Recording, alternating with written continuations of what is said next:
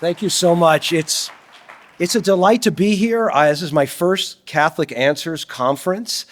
And when I got the invitation about a year ago, I thought, yes, I get to come to San Diego, which of course is always, the weather's always wonderful here. And I've got about 40 minutes to talk about moral relativism and the existence of God. And so the plan of action, we're going to go over a lot of material quickly. Hopefully it'll be entertaining to you. I've taught this material many times to undergraduates over the years, so hopefully I've learned something with my own experience at the college level. As I said, the title is Relativism, Morality, and the Existence of God. I'm going to talk about what's wrong with moral relativism, and then I'm going to shift to if, in fact, moral relativism is false. That is, if there is such a thing as a natural moral law, does it require the existence of God? And so I'm going to begin with, to get you sort of understanding what moral relativism means, I'm going to go over two sets of rules. The first set of rules I just call some moral rules.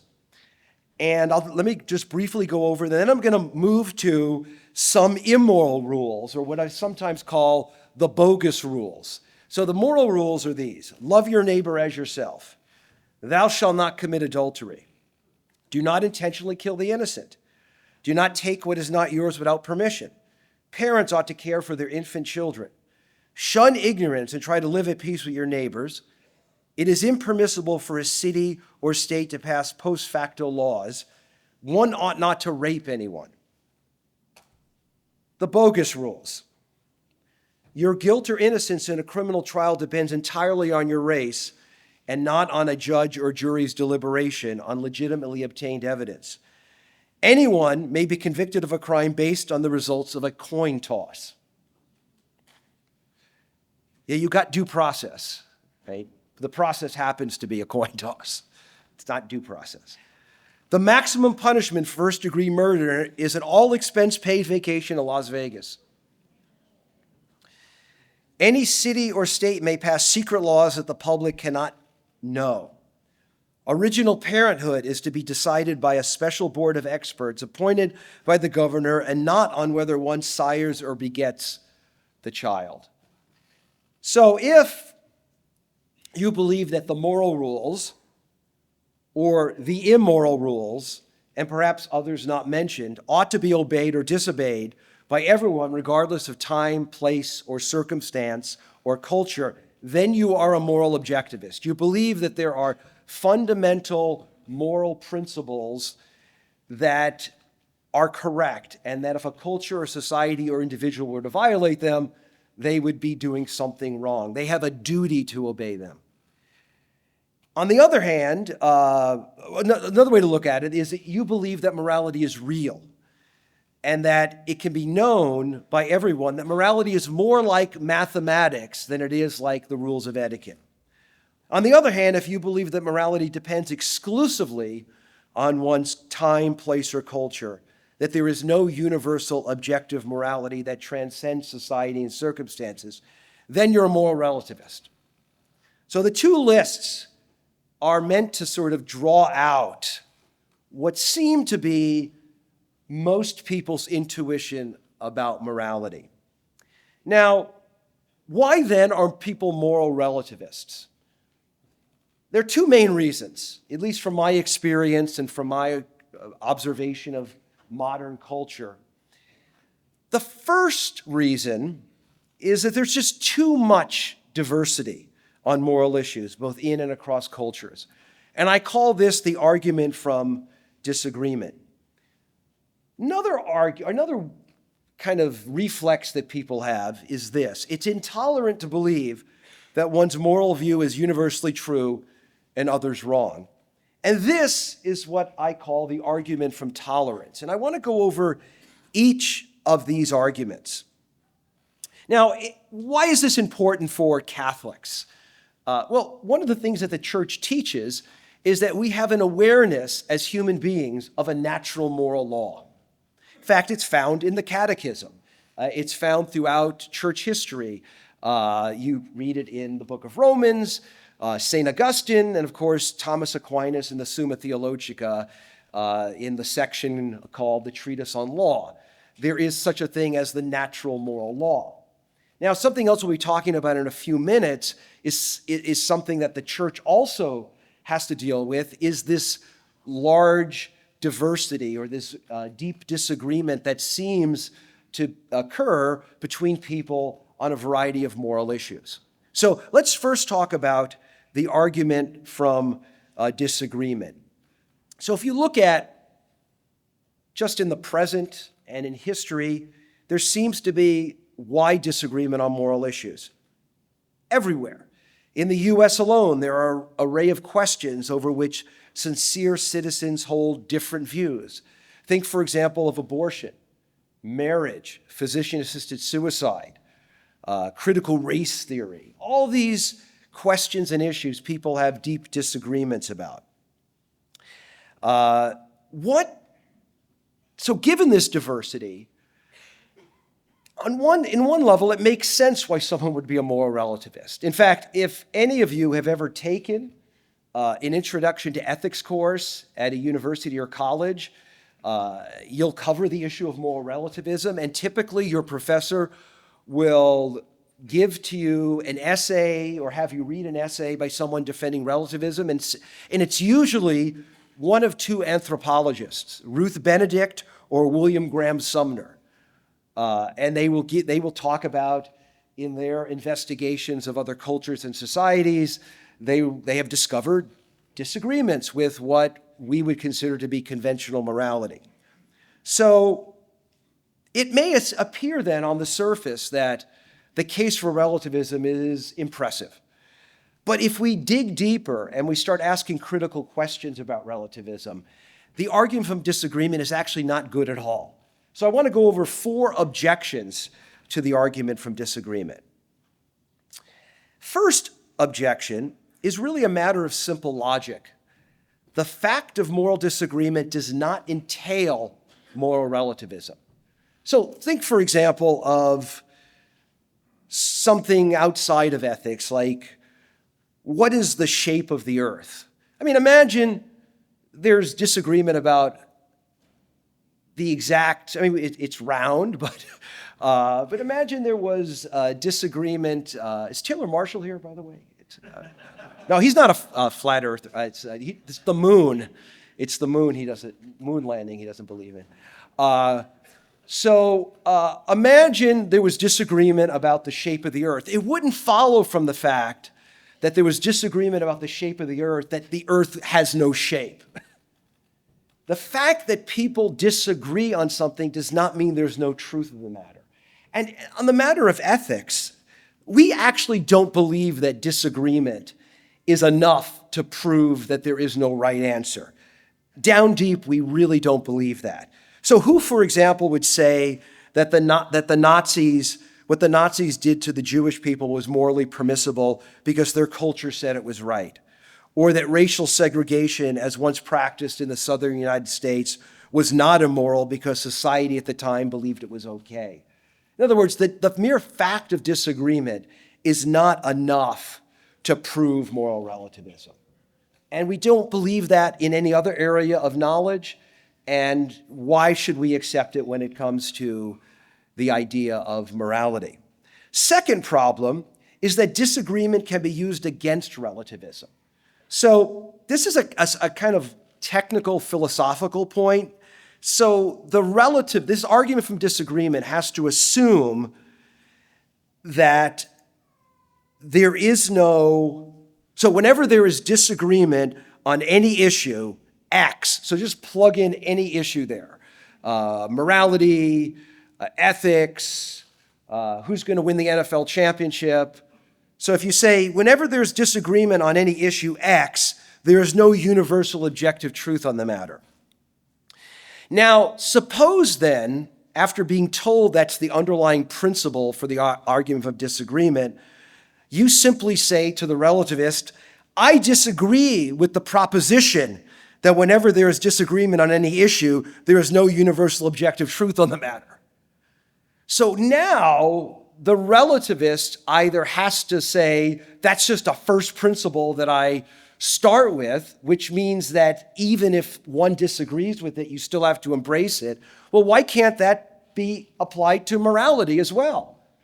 That is, the mere fact of, you can just announce to the relativist that you disagree with his first principle, and then based on that principle, you can reject it. It's called a self-refuting statement. It's like saying, my brother is an only child. Or, I can't say a word in English. Or don't believe anything I say. Right? It's that sort of thing. And so the second problem is that there's a level of incoherence when it comes to the very principle that the person relies on who makes the argument of disagreement. The third problem is that disagreement is overrated. Now, take, for example, the issue of abortion. Although it's true that pro-lifers and abortion choicers disagree on the morality of abortion, they do not disagree on the moral principle that it is wrong to intentionally kill innocent persons. Where they disagree on is what counts as an innocent person.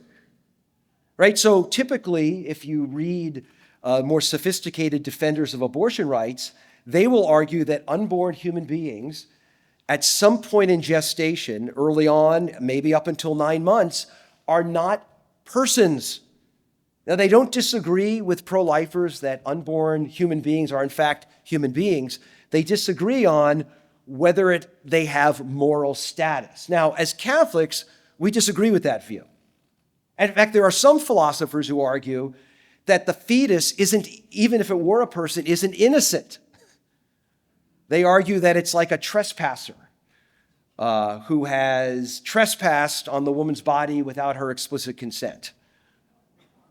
And there's a whole variety of arguments that philosophers use to try to defend this. I think they're bad arguments. I've written criticisms of them, and so has Trent Horn, who's got a nice little book on abortion that's published by Catholic Answers. So there's a lot of responses to that, but here's the point, that people that support abortion rights do not disagree with the moral principle that it is wrong to intentionally kill innocent persons. What they do is argue that the unborn is either not innocent or not a person. And so a lot of other issues are like that too. Once you start digging deeper in terms of disagreement, one of the things you discover is that people on a variety of issues, whether it's the issue of marriage, the issue of physician-assisted suicide, critical race theory, people will typically appeal to the exact same moral goods. They'll appeal to principles of fairness, justice, relief of suffering, love, protection of the vulnerable, etc. Which means that there's a common moral vocabulary that we rely on in order for us to engage in disagreement. What's also going on when people disagree, and this is something that Thomas Aquinas talks about in the Summa Theologica and as well as the Summa Contra Gentiles, something that I think we typically ignore when we talk about moral arguments is the role that the passions and the emotions play in the way in which we interpret the world. So I have students who know that plagiarism is wrong. They know it, and yet they still plagiarize. In fact, I had a student once whose plagiarism was so bad, not even their sin was original.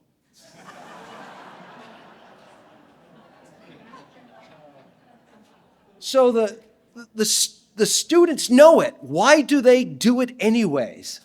They do it because they may find the class uninteresting. They may want to do other things like go to the beach, right? Or hang out with their friends. All sorts of reasons why people are drawn away from doing the right thing by their emotions. Think about things like crimes of passion or when people have self-interest in something being true or false, right? That affects their judgment. Something Aquinas talks about in the Summa. It's that we can account for moral disagreement not only based on people's wrong or bad beliefs, but also their emotions. They're drawn away from things. But once you sort of separate the meat from the parsley, so to speak, when you ask deeper questions about these moral issues, And even when you try to account for disagreement, you discover that there's a lot more in common than meets the eye. And it tends to establish the very point that Aquinas is trying to make in the Summa and that the church is trying to make in the Catechism. In fact, in the Catechism, the church teaches that there is an objective morality, but then goes on to say it is, quote, not perceived by everyone clearly and immediately. In the present situation, sinful man needs grace and revelation so moral and religious truths may be known by everyone with facility, with firm certainty, and with no admixture of error. Right? So there's an acknowledgement there's a lot of things going on when people make moral judgments. It can cloud our perception or awareness of the moral law, but people kind of know it already.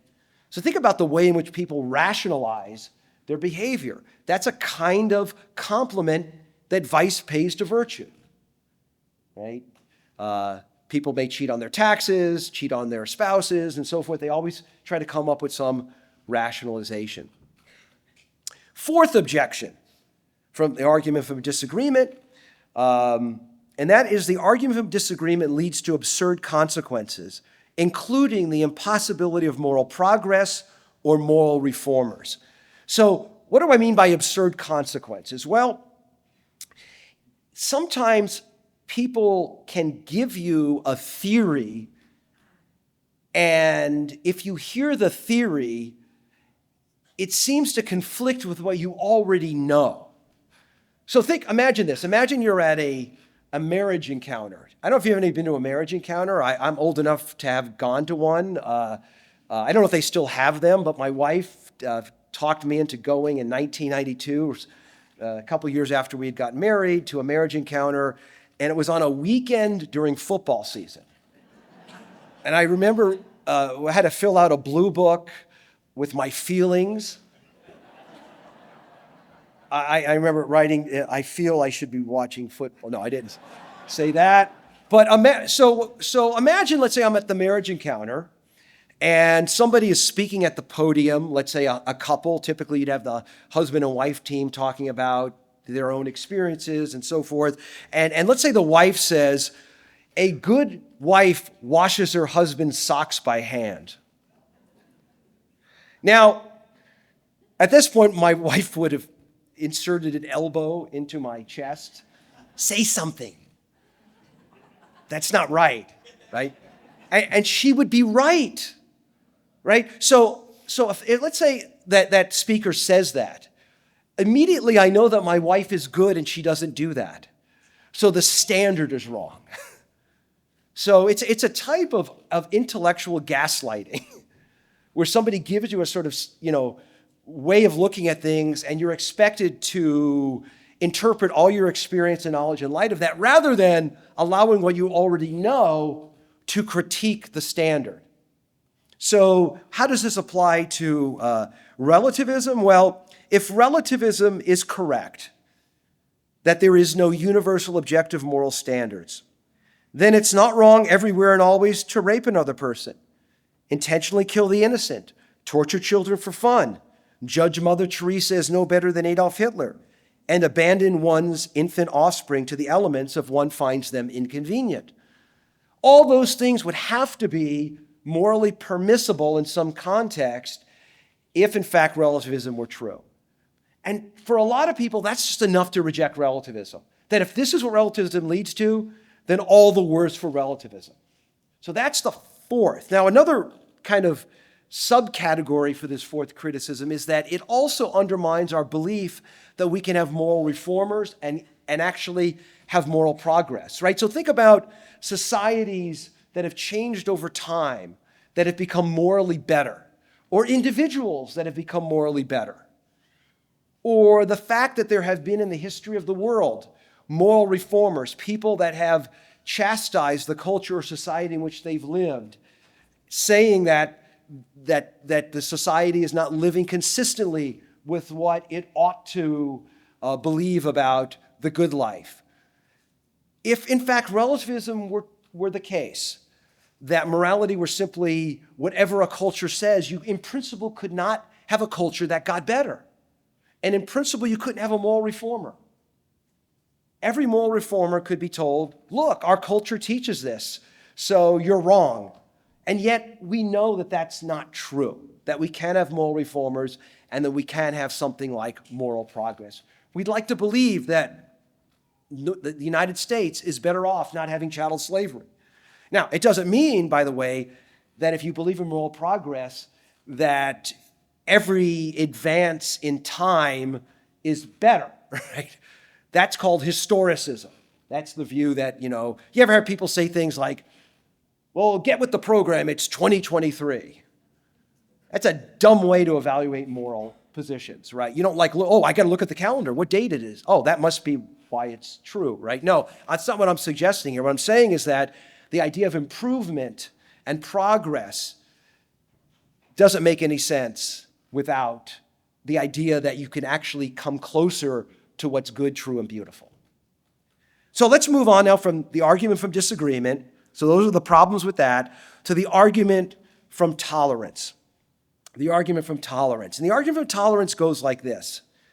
Because it is intolerant to believe that one's moral views are right and others wrong, it follows that moral relativism, the view that there is no one universal objective morality, best establishes tolerance.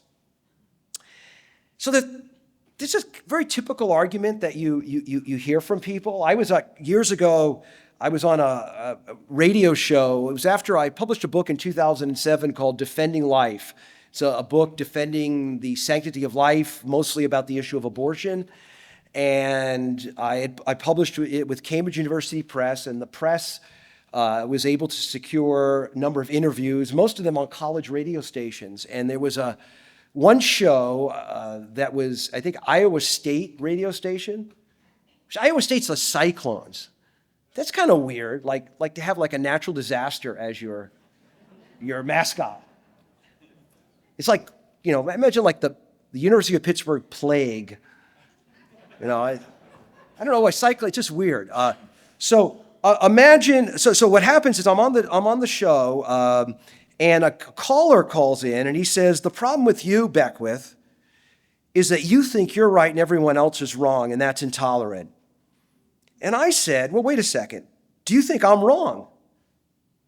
Yes. I said, well, you're just like me. You think you're right and I'm wrong. We're exactly the same position. It's just that you just have like a nice way of saying it. That's the only difference. So the argument for tolerance falls prey to this problem. So think about some of the ways in which people use the charge of tolerance. They'll say, you should be tolerant. Well, doesn't that seem to imply that you're affirming at least one moral principle that's absolute, namely tolerance?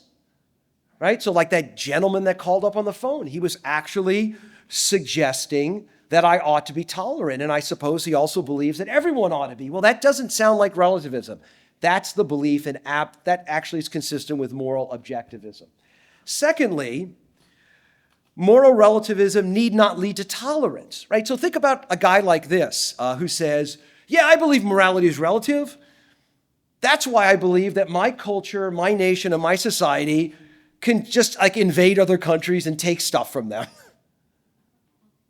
Because there is no objective morality. I like my society and my culture, and so I want to prohibit immigrants from coming here, and I don't mind, our military invading other countries and taking stuff, because there is no objective morality. No, there's nothing about relativism that necessarily connects itself to tolerance. You can be a relativist and be totally intolerant. That's the point. And third, you have to ask the question, well, what's the point of tolerance? The practice of tolerance seems valuable because it establishes certain intrinsic goods. So think, for example, why would it be good to be tolerant? Think about it. You could learn something from people you disagree with, right? You could build friendships. You could acquire new knowledge. It could turn out that the person that is listening to you could change their mind and acquire the truth. But that only makes sense if there are objective moral goods to which we are ordered as human beings. So the point of tolerance is, in fact, to learn something from others and to get along with them and to be able to live at peace with your neighbors. In addition to that, if you think about it, tolerance only makes sense if you think somebody else is wrong. Like, I'm only tolerant of people that I think are mistaken. I'm not tolerant of people I agree with. Right? So it presupposes that there's disagreement, right? And it also presupposes that we can learn something as a consequence of our engaging those with whom we disagree. So the argument for tolerance fails as well.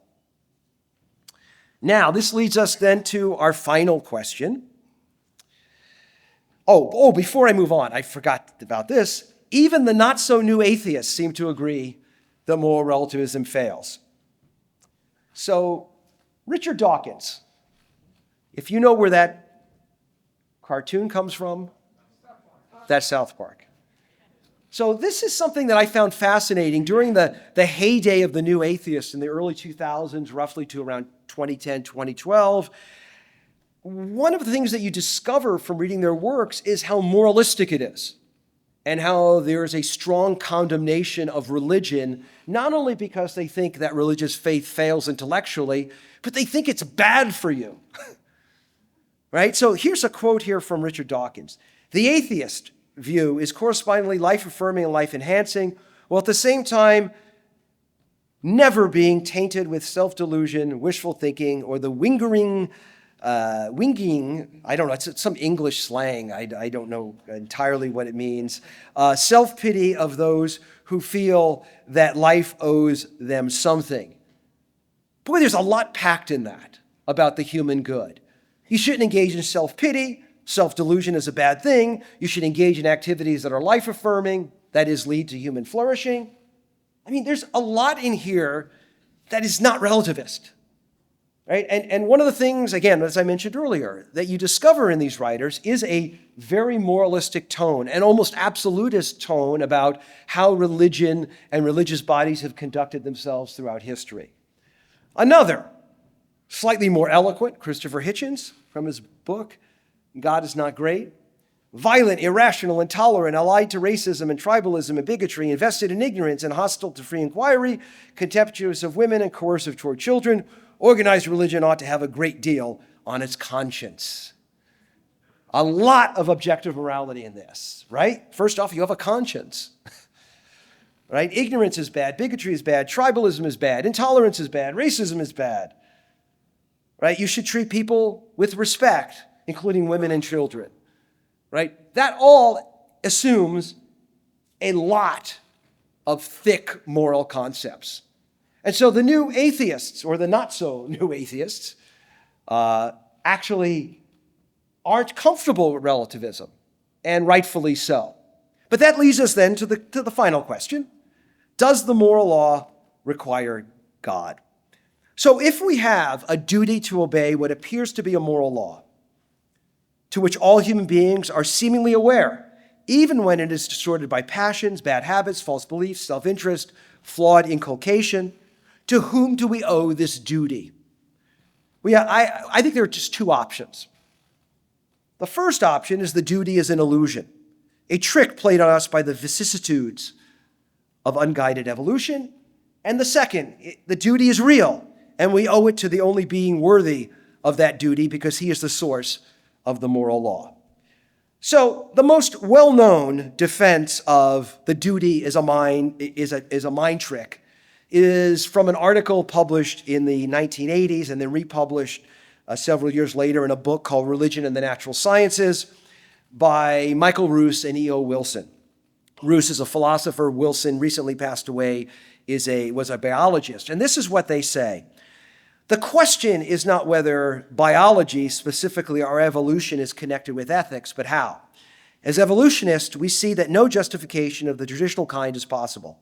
Morality, or more strictly our belief in morality, is merely an adaptation put in place to further our reproductive ends. Hence, the basis of ethics does not lie in God's will. In an important sense, ethics, as we understand it, is an illusion fobbed off on us by our genes to get us to cooperate. It is without external grounding, Ethics is illusory inasmuch as it persuades us that it has an objective reference. This is the crux of the biological position. Once it is grasped, everything falls into place, unquote. So what are they saying? Morality is necessary for survival. For example, prohibitions against adultery, murder, stealing, etc., are the result of social structures that evolved from our genes to help the preservation of the human species. So most people's common sense intuition that there's a natural moral law is a trick played on them by our minds. That's essentially what they're arguing. What's wrong with this? Two problems. First off, why be good tomorrow? That is, the best that Roos and Wilson can offer is an explanation why we have these beliefs, but they don't actually explain why should we follow them. What if I said, look, I agree with you guys. We have these moral feelings, and I'm glad that people in the past engaged in activities generally that were moral and that I'm here as a result. But I don't want to follow them. In other words, why should I have a duty to follow these moral feelings? They give no explanation for it. Second problem, it proves too much. Why doesn't it apply to all our beliefs? If our beliefs about the moral law only have survival value, then don't all our beliefs, including our belief about this theory, only have survival value? So there's another way to put it. If our biology tricks us into believing that there's a real moral law, perhaps our biology tricks us into believing that our biology tricks us into believing there's a real moral law.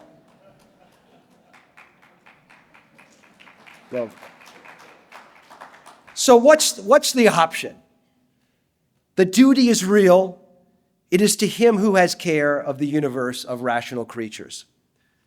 So the first point, and it turns out that Roos and Wilson and most everybody else agrees, the moral law has cognitive content suitable for rational creatures. That just means that it's something that our minds can know, right? It has cognitive content. It actually has something that involves language and reason that we can communicate. Secondly, if that's the case, thus the source of the moral law must be in a mind. If it has cognitive content, then it has to have its origin in something that can produce cognitive content, and only minds can do that. Thus, it is the sort of mind that by nature can be the source of the moral law. So it can't be a contingent mind. That is, it couldn't be that we got the moral law from Zeus or from Thor and God forbid Loki, right? It couldn't be a finite God because that entity would itself need an explanation outside itself. It could not be the source of the moral law. So the moral law is lawful.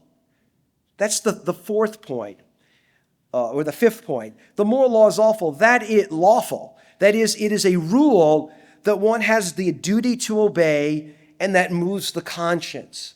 So think, for example, the ways in which we kind of viscerally respond to circumstances in our lives that we didn't necessarily ask for, but we have a sense of incumbency or duty.